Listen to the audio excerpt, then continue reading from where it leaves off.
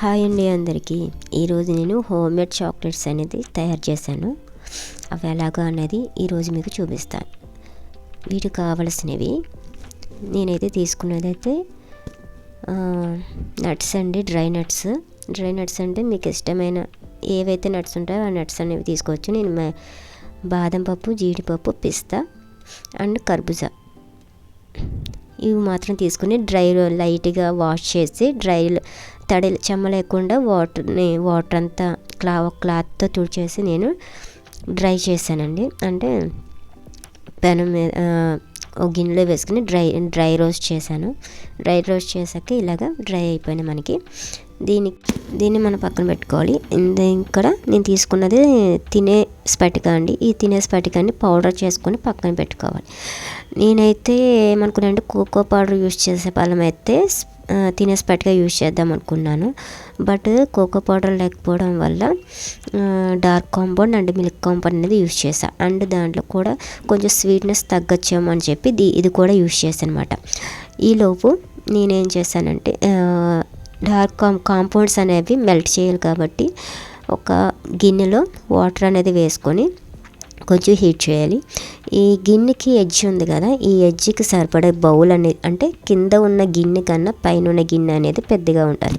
ఎందుకంటే దాంట్ నుంచి కింద ఉన్న వాటర్ అనేది ఆవిరి అనేది పై గిన్నెకి పట్టకూడదండి. సో అందుకని ఇలా పెట్టుకోవాలన్నమాట.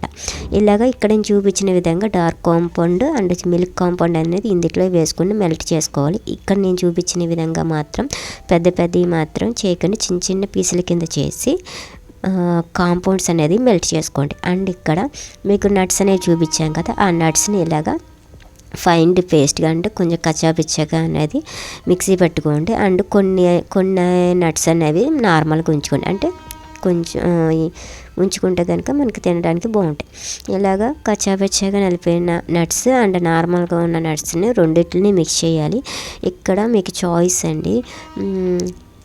Dark compound, milk compound use చేస్తున్నాం కాబట్టి తినే స్ఫటిక అనేది యూజ్ చేయవలసిన అవసరం ఉండదు. మీకు స్వీట్ అనేది సరిపోదు అనుకుంటేనే తినే స్ఫటిక అనేది యూజ్ చేయండి. నాకైతే అవసరం లేదు అనుకున్నాను. తినే స్ఫటిక అనేది కోకో పౌడర్ యూజ్ చేసే ఫలం అయితేనే యూజ్ చేయండి, లేదంటే యూజ్ చేయకండి. నేనైతే ఫస్ట్ తీసేసుకున్నాను కాబట్టి నట్స్లో అనేది కలిపేసాను కాబట్టి ఇంకా వాడేసాను.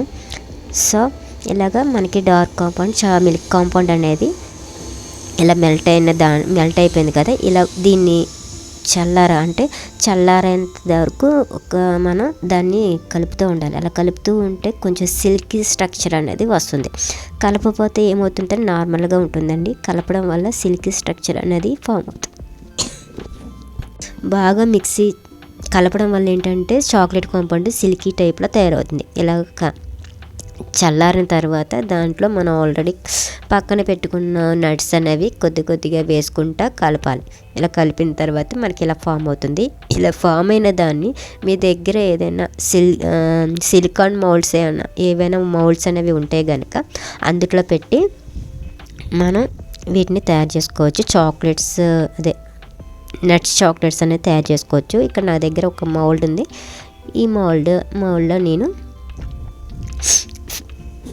ఫిల్ చేసి నేను ఒకటి తయారు చేస్తాను. అలాగే హ్యాండ్తో కూడా మిగిలిన దాన్ని కొద్దిగా హ్యాండ్స్తో చేసి నేను పక్కన పెట్టుకున్నాను. ఇలాగ సిలికాన్ మౌల్డ్లో పెట్టినవి అండ్ హ్యాండ్తో తయారు చేసినవి ఒక 5 or 10 minutes నార్మల్ ఫ్రిడ్జ్లో పెట్టుకుంటే సరిపోతుందండి. నార్మల్ ఫ్రిడ్జ్లో పెట్టుకొని మీకు బయట తీసేసుకొని వాటిని మనం నార్మల్గా ర్యాపర్ చేసేసి మనం బయట పెట్టుకోవచ్చు. ఇలాగ నేను మొత్తం చేసినవి మీకు ఇప్పుడు చూపిస్తాను రెడీ అయ్యాక.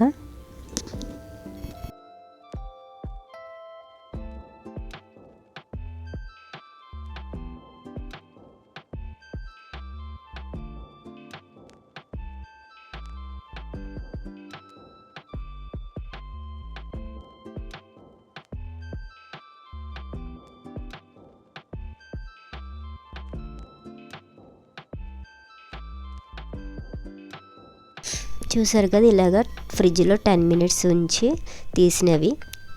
ఇవి నాకు డ్రై అయిపోయినాయి. ఈ మౌల్డ్లో ఉంచి ఇప్పుడు మనం తీసేస్తే మనకు అలా ఫిక్స్ అయిపోయి ఉంటాయండి, ఏమాత్రం మెల్ట్ అవ్వు, బాగుంటాయి. నేను చేస్తున్న ఈ నట్స్ చాక్లెట్స్ అనేవి మీకు నచ్చినట్లయితే కనుక మీ ఇంట్లో కూడా తయారు చేసుకొని మీ పిల్లలకి పెట్టండి.